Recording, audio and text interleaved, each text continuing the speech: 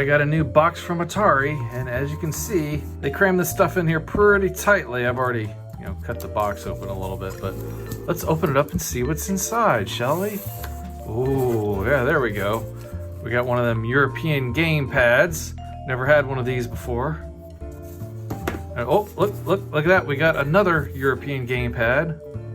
Nice. I bought 2 of these because, you never know when you're gonna need another gamepad. Then I got an extension cable because, you might want to play your games a little bit further away from the actual console. And then lastly, and very curiously, at the bottom is my copy of Fatal Run that was put on the bottom of the box and slightly crushed because they decided to put everything on top of the box and then cram it closed as hard as they possibly could. So yeah, I was not very appreciative of the way that Atari packed this box, needless to say, and I was able to figure out a way to pack the same stuff in this box without crushing it. So Atari, let me give you a brief demonstration on how you should pack a box. So first of all, what you want to do is put the heaviest stuff on the bottom, not the most delicate stuff, right? So you put the game pads on the bottom like that. Perfect. Then you take this extension cable and look at that. We've got plenty of room here to put it sideways right there like that. And now we can put our game on the top and look how nicely this closes with the game on the top instead of being on the bottom. So just a little lesson, Atari, on how to pack boxes. Because I can imagine you're gonna get a few folks who will not be too pleased that they bought a brand new game and it's already crushed. Some people could get really annoyed by that. So yeah, this is what I bought from Atari, and yes, I only got Fatal Run because I already have the original release of Food Fight and Ninja Golf. And I have the box for Ninja Golf as well. I'm not really sure what happened to my Food Fight box though. Maybe I should have got a copy of Ninja Golf so I could have compared exactly how the original one looks to the new one, but oh well. One thing I did notice here is that we have the E for Everyone rating on there, which is not on the original releases for these games. And let's check out the back. As you can see, the design's quite a bit different as well. I kind of like the original release a little bit better. All right, and after much consternation, after using my fingernail instead of a knife, I was able to get the plastic wrap off slightly, just enough to open the box up. And as we can see, we got the game inside of here. Wait, where's the game? Oh, yeah, see, it's kind of loose in there. It didn't stay in very good. But here we go. Here's the game and this little cardboard sleeve that Atari has been releasing with all their games lately. It's kind of a neat touch. And then how does the label compare to the original label? And you can kind of tell by the glare, they're very similar. Seems like the original one is slightly shinier, but that's okay. Also, the image on the new one is quite a bit different. It's a lot larger than the original game.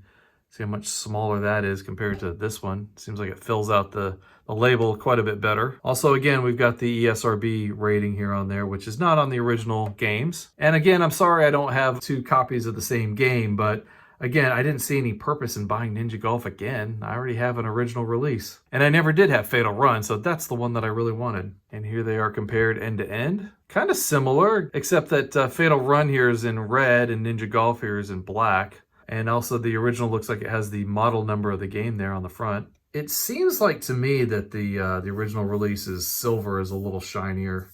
This is more of a gray on the new one. And I was a little worried that the new release would have square-shaped labels on both the front and the top. But they're rounded pretty nicely. Not quite as rounded as the originals, but pretty good. Also, I really love these little cardboard cartridge holders. They're pretty cool. Also, there is quite a bit of difference in the cardboard of the original game versus the new one. The new one's cardboard is a lot thinner, and the originals is, more of that kind of like the rough cardboard that you get from games back in the day. This is more of that, I don't even know how to describe it. It's that white cardboard kind of stuff that's not even really cardboard. It's almost like cardstock. Wow, look how much more bright the new one is compared to the old one. You can't even really see in the original game too well, but in the new one, you can see right through it. The box design inside is actually pretty comparable if you could actually see inside the Ninja Golf box. To me, that's pretty interesting how much the difference in cardboard really makes. I imagine the original cardboard boxes would have stood up to the weight better than this new one did. All right, let's take a look at the manual here. And I don't have an original manual for Fatal Run, of course, so I can't really tell you the accuracy of it. But I could show a few screenshots here to kind of give you an idea.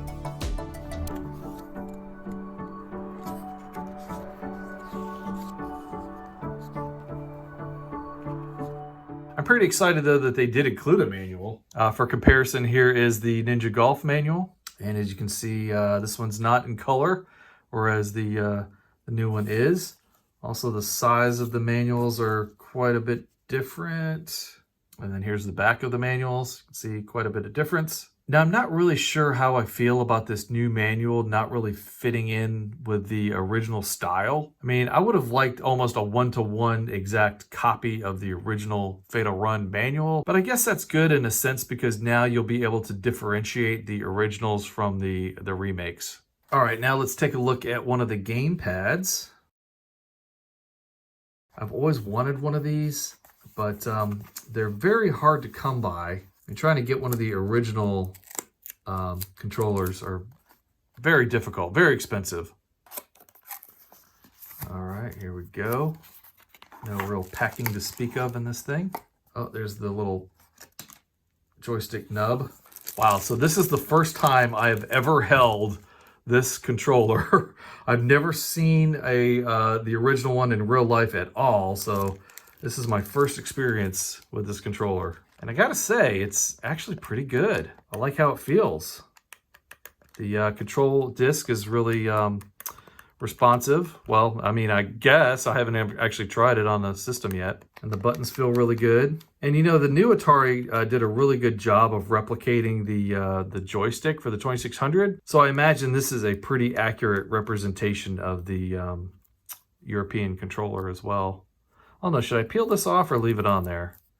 I kind of like to leave my stickers on there like that, but it's kind of flapping over here just a little bit. All right, let's try the little thumbstick here. See if it's any better. Honestly, I don't know what Atari was thinking when they came up with this little thumbstick. I guess they were trying to make a bridge between a joystick and a joypad, I guess. Oh yeah, that's not too bad. That's a different way to play for sure. Look at that. All right, that's pretty good. I may try it like this. By the way, I'm definitely keeping the boxes. I'm not throwing these out. And then lastly, I got an extension cable. I don't want to play like this when I'm playing my game. I want to play, you know, like relaxed on the couch. Pretty basic. There's nothing too spectacular about it. And yeah, this is the most exciting of all the things I've shown you tonight, the extension cable. Oh, yep, so 5 feet. It's about as tall as I am. The real test, though, is to see how well this connects. Is it nice and secure? Is it gonna pop out? No, actually, yeah, it's pretty good. It's pretty tight. Oh, I was gonna say it's locked in there really good until it came loose. So yeah, that's not gonna come loose, definitely. All right, now let's try a little Fatal Run with the new controller and the long extension cable here. Look at how long this is now. Oh wait, no, there's the extension cable. Yeah, here we go. And that's another extra 5 feet. So this actual cable that's on the controller itself, that's about 5 feet too, just alone. So yeah, that I could have probably gotten away without even getting this extra cable. All right, let's try this here in the old 2600 Plus. All right, well, it looks like it loaded right away. That's awesome. And can I start the game just by pushing the start button on the controller? Yes, there we go. Oh, yeah, controls pretty good. Get out of my way, car. Oh, we got smoke screen. There, get out of my way. Should learn not to get in my way. Who wants some more? I see you out there. Oh, yeah, you like that, don't you? Who's next? I don't know if I like it with the little joystick nub on here because I'm constantly hitting it with my thumb like that, and it's kind of hurting my thumb. I'm gonna try it without it. Take this off. Yeah, that actually feels a little bit better without it. It feels a little bit sluggish, like there's a slight delay, but again, that's probably because of the fact that the 2600 Plus is an emulation system. I'll have to try this on my real 7800 and see if the delay is a little bit better. All right, now we can try a little Ninja Golf. again with the new controller. See, I love that I can start the game without having to reach down and hit the start button. Oh, whoops, I wasn't even paying attention to what I was doing there. Actually, I'm gonna move this over just a little bit. There we go. Now I can see the controller a little bit better. Get out of my way, punk. All right, let's do a little bit better this time. What? See, I think that's the delay. That's still the delay. I was hitting the button right at the edge of where the ball was supposed to go. Okay, something I've noticed while playing this is that delay is really pronounced here, especially when I'm trying to hit the ball. All right, now I'll try Food Fight. Yeah, there's still a slight delay, but oh man, it's not as noticeable here on this early level. It's about a half second, it feels like. And it may not entirely be the 2600 plus. Could also be the fact that, you know, there's just delays in modern televisions. Although this is a plasma TV, not an LCD, so I don't know if there's still delays in plasmas as well, but maybe. All right, next I want to try Fatal Run in the real 7800 with the new controller, and we'll see if it plays any better than on the 2600 plus. I suspect that it will. Well, I already like it better because the game loaded instantly. Didn't have to wait for that loading screen and all that stuff. Still using the new controller here. And yep, it's very responsive. Oh, shoot rockets now. I know my TV isn't the greatest, but you know, it's mine. Okay, so this button cycles through your different weapons. They give you all the weapons up front. That's cool. I want the guns though. Take that, punk. Yeah, I don't know. It just feels slightly more responsive in a real 7800, which I guess makes sense. But hey, that's good to know that the game itself works in a real 7800 as well as the controllers working on a real 7800, which I kind of thought that they would. All right, now here's Food Fight. Yeah, it just feels so much better on the real thing. This is one of those games I just can't put down. I love playing it. And now some Ninja Golf. All right, let's try it. We'll see if I can get it to land exactly where I want it. I want it to land right there, not here. Look at that. Just got it just perfect. Don't even bother fighting the gophers. Just jump over them. It's better to just skip past them and let them be on the left of you, because if you defeat this gopher, he's just going to respawn over and over again. So it's better to just like skip past him. Just jump over him and then fight the ninjas. Okay, see, now I should be able to get it on the green on this shot. Not because I'm real super good at this game or anything, just because the timing is, I think, slightly off. Boom, I hit the button and then it landed exactly where I wanted it to.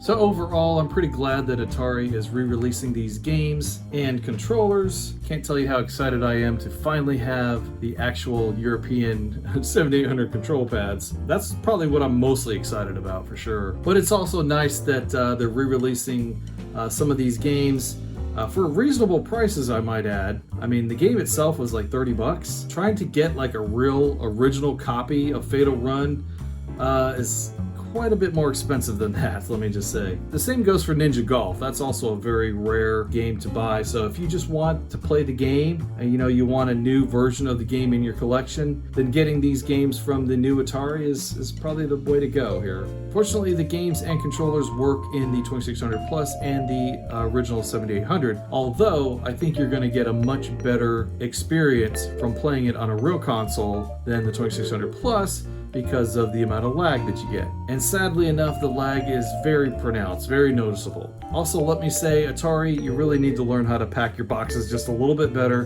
because you're gonna get some upset fans, as I said. I mean, this isn't really bad or anything, but now it's no longer mint. It's no longer, fresh off the factory. Now it's a damaged box. But what are you gonna do? Anyway, that's my thoughts on some of the new Atari products. How do you feel about some of these new games? Please let me know down in the comments. I want to thank you for watching. Take care, and we'll see you next time. Bye-bye, everyone.